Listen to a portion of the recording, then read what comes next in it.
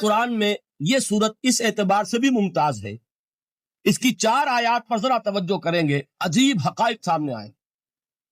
جہاں یہ قرآن مجید کے حسن صوت اور حسن لفظی کی معراج ہے، وہیں اس کی پہلی 4 آیات میں 4 چوٹی کی چیزوں کا ذکر ہے، سب سے اونچی چیزیں۔ پہلی آیت کیا ہے؟ الرحمن۔ ایک آیت ہو گئی۔ رحمان کیا ہے؟ اللہ کا نام ہے۔ کبھی آپ نے غور کیا اللہ کے ناموں میں سب سے پیارا نام کون سا ہوگا؟ رحمان۔ کیوں؟ اس کا مادہ کیا ہے؟ رحمت۔ ہمیں سب سے بڑھ کر جس چیز کی ضرورت ہے وہ کیا ہے؟ رحمت خدا بندی۔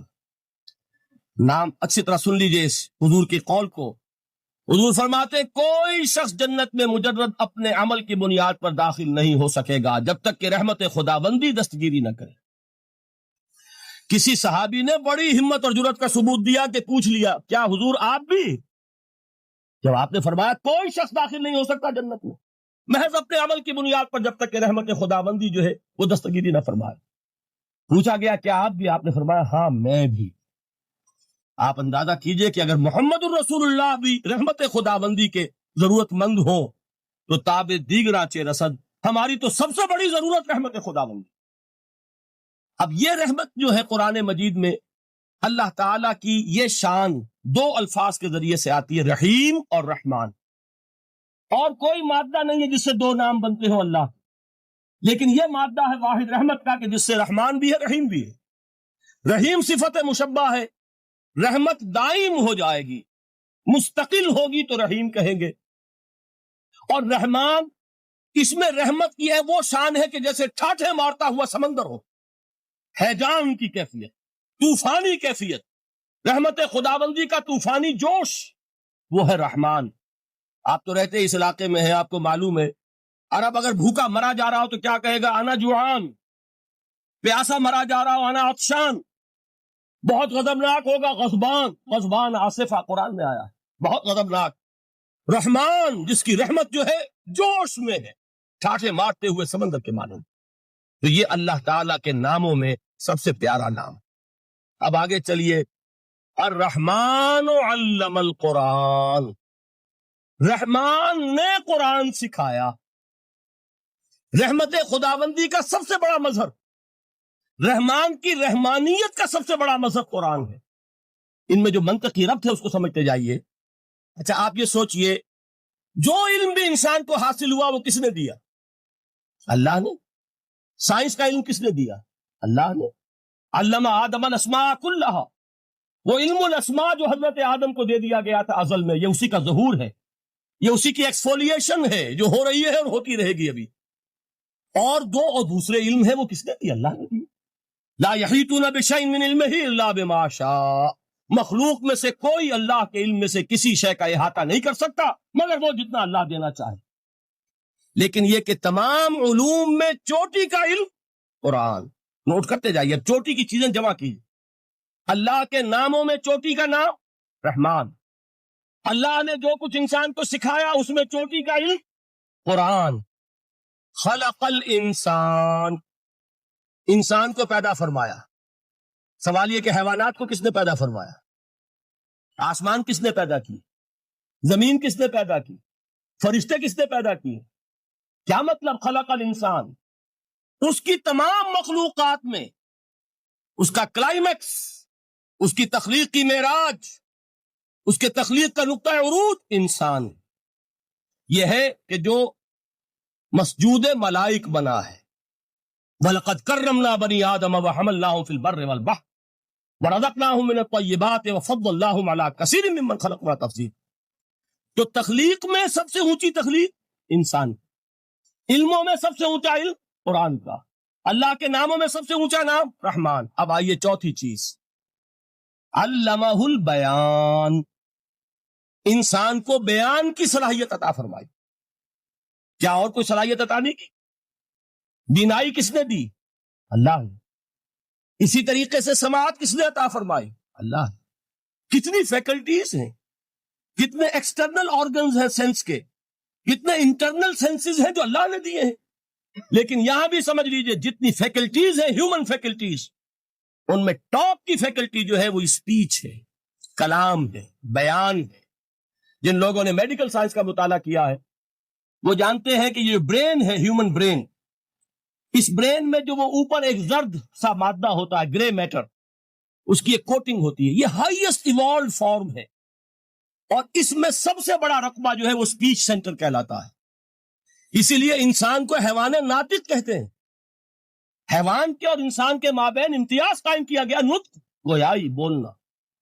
اب یہ کیا چیز ہوئی؟ انسان کی صلاحیتوں میں سے سب سے اونچی صلاحیت، 4 آیتیں ہو گئی نا۔ اللہ کے ناموں میں سب سے چوٹی کا نام رحمان، اس نے جو علوم پیدا کیے ان میں چوٹی کا علم قرآن، اس نے جو مخلوقات پیدا فرمائی ان میں چوٹی کی مخلوق انسان، انسان کو جو صلاحیت اور استعدادات عطا فرمائی ان میں چوٹی کی استعداد بیان۔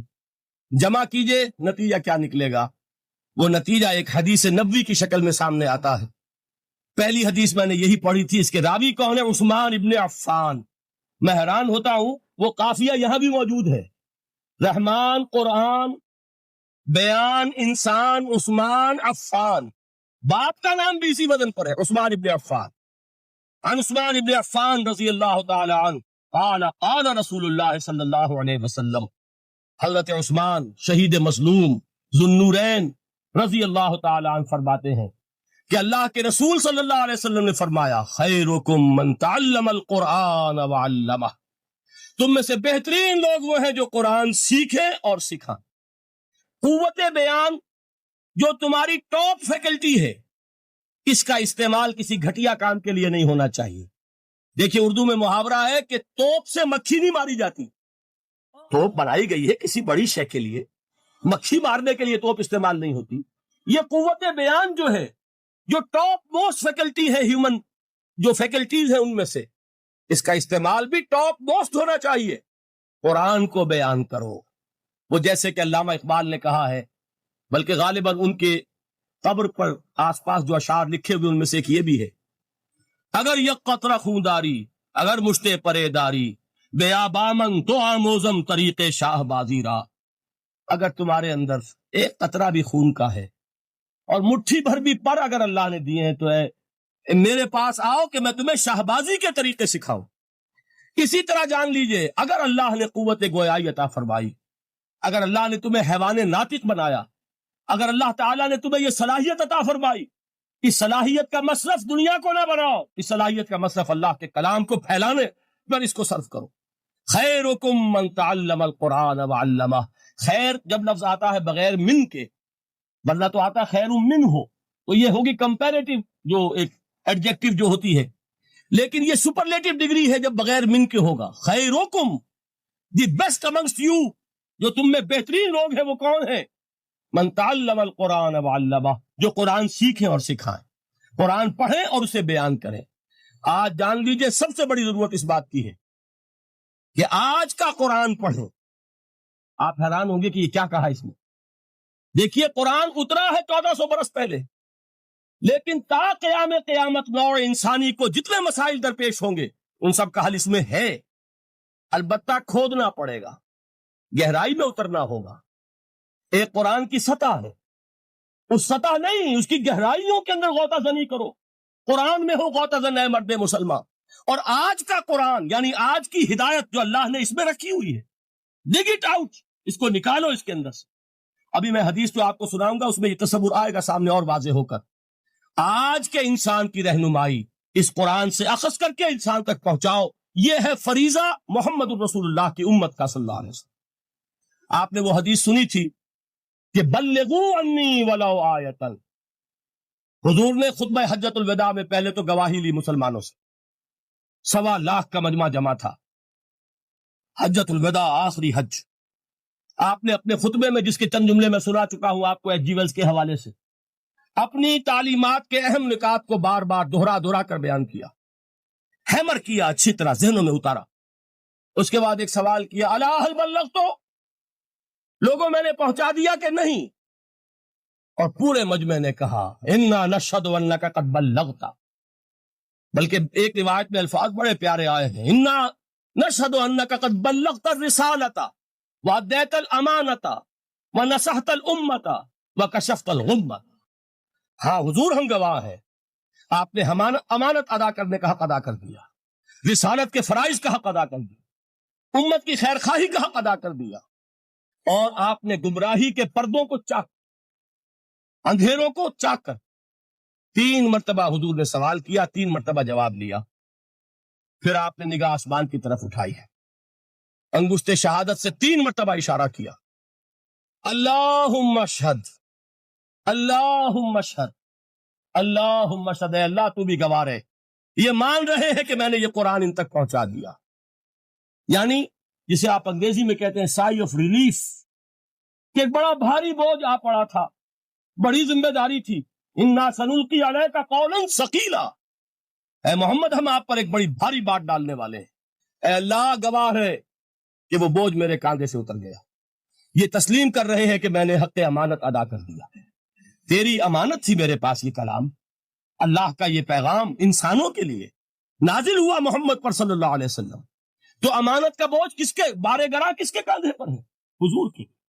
اگر ادا نہ کرتے، ابھی وہ آپ نے آیت سنی تھی، یا ایھا النبی بلغ ما انزل الیک من ربک فإن لم تفعل فما بلغت رسالتہ، یا ایھا الرسول، اے رسول صلی اللہ علیہ وسلم پہنچا دیجئے جو کچھ نازل کیا گیا ہے آپ پر آپ کے رب کی طرف سے، اور اگر بالفرض آپ نے ایسا نہ کیا تو امانت کا حق ادا نہیں ہوگا، رسالت کا حق ادا نہیں ہوگا۔ حضور نے پہنچا کر گواہی لے کر جیسے کہ ایک اطمینان کا سانس لیا، اللہم اشہد، اللہ تو بھی گواہ ہے۔ اس کے بعد آپ نے فرمایا تھا وہ چھوٹا سا جملہ جو آپ میں سے ہر شخص بآسانی یاد کر کے اٹھ سکتا ہے، فَلْيُبَلِّغِ الشَّاهِدُ الْغَائِبَ، اب پہنچائیں وہ جو یہاں ہیں ان کو جو یہاں نہیں ہے، اس لیے کہ میری رسالت پوری نوع انسانی کے لیے ہے، وقت فرصت ہے کہاں، کام ابھی باقی ہے، نور توحید کا اتمام ابھی باقی ہے، ابھی تو ہند تک یہ پیغام جانا ہے، چینیوں تک جانا ہے، ابھی یورپ میں اس پیغام کو پہنچنا ہے، دی اذانیں کبھی یورپ کے کلیساؤں میں، کبھی افریقہ کے تپتے ہوئے صحراؤں میں، یہ کون کرے گا؟ اے امت محمد، یہ ذمہ داری اب تمہاری صلی اللہ علیہ وسلم۔